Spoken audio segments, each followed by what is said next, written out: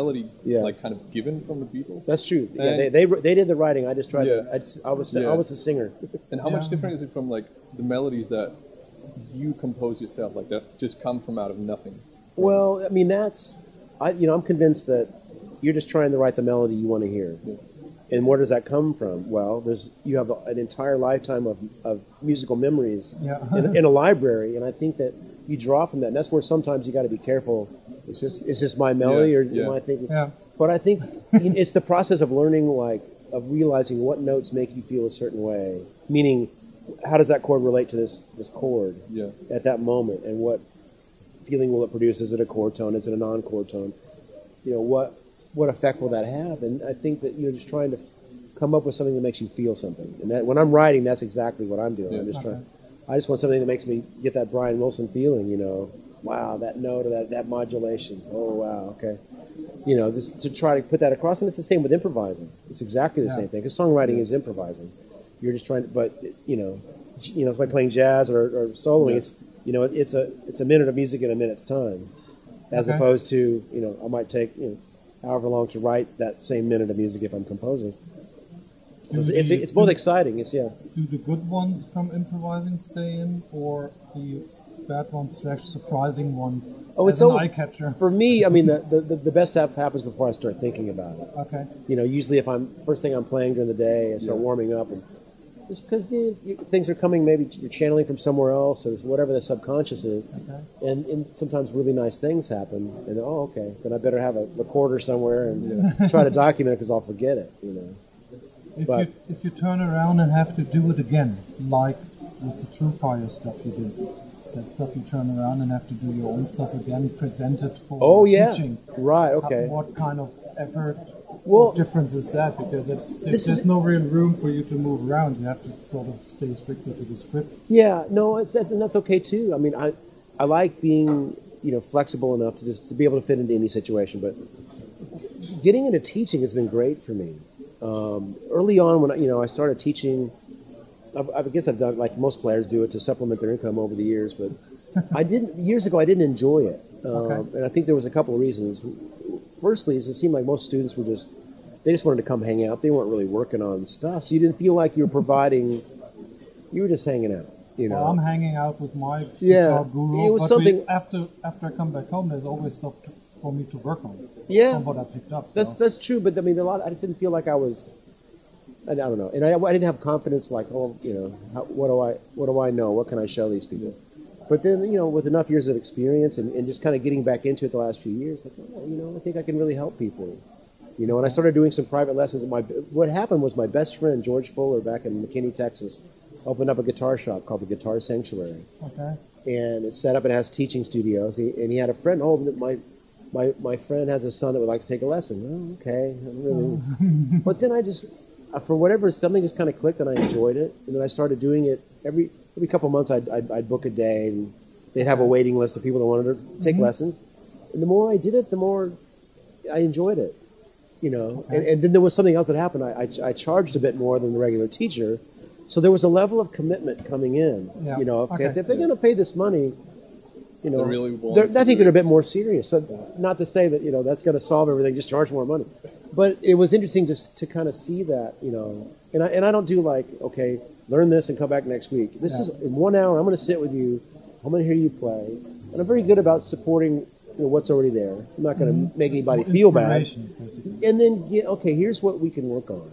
Here's what I noticed. And it's a lot of the same stuff I need to work on. You know what I mean? But sometimes, it's a learning process for yourself. Yeah, I learn a lot. I mean, you're doing that first True Fire program and the new blues one that's coming out in May. We have a new one coming out.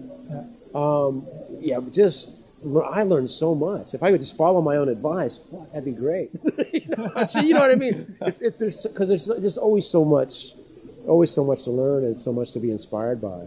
But a lot of it's just you just got to do it. Nothing can replace just the time. Yeah.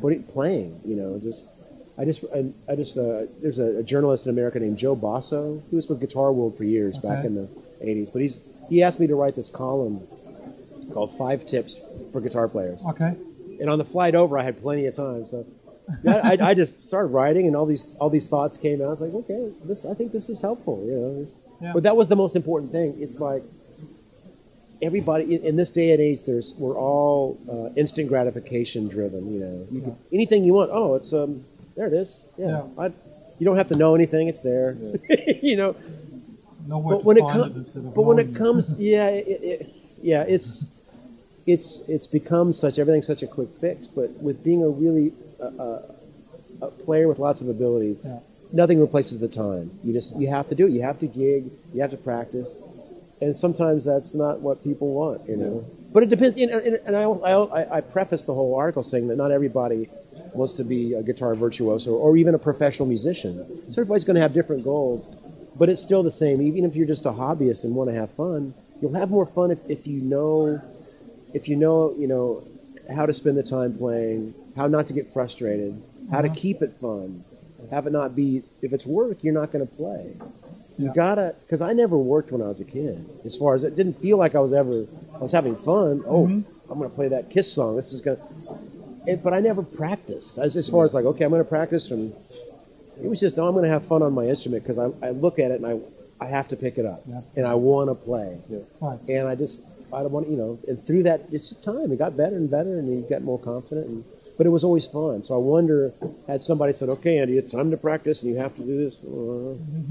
As long as it's not that, I think you'll keep growing. You never had times where you like just didn't feel like playing, or was just like all the time, sometimes? all the time.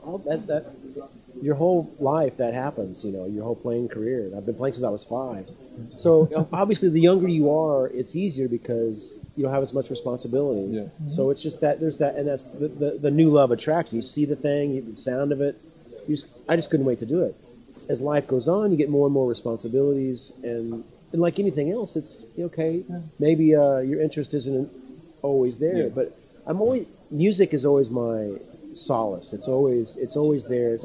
I'll be into different things. For a long time, it was Elvis Costello. I always go back to the Beatles, and it'll be, Charlie Christian. Fuck, this is great. And I'll go down that path. And then somebody will play me, a tune from the 70s. Whatever. I'm always going down different paths, and I think that helps keep the inspiration, but it's not always directed in one way. So that's what works for me. But right now, the past few years, I've been into playing straight ahead jazz, and just really working on that. And now I feel I'm the happiest now than I've ever been as far as playing. I'm not saying that, okay, well, I think I'm sounding better, but I'm feeling better.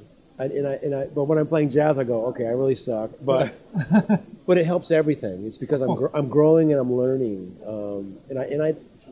There was a period for many years where even throughout the more known part of my solo career, I was always playing and working on material, but I wasn't pushing myself in other ways.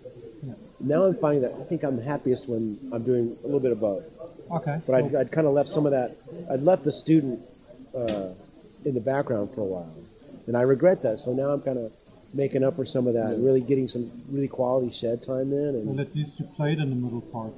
I did. I did. That's true. I know. And you had responsibilities that kept you from it, and I know a lot of people that happens. Yeah.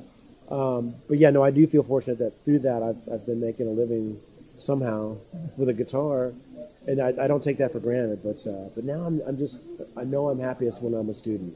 Okay.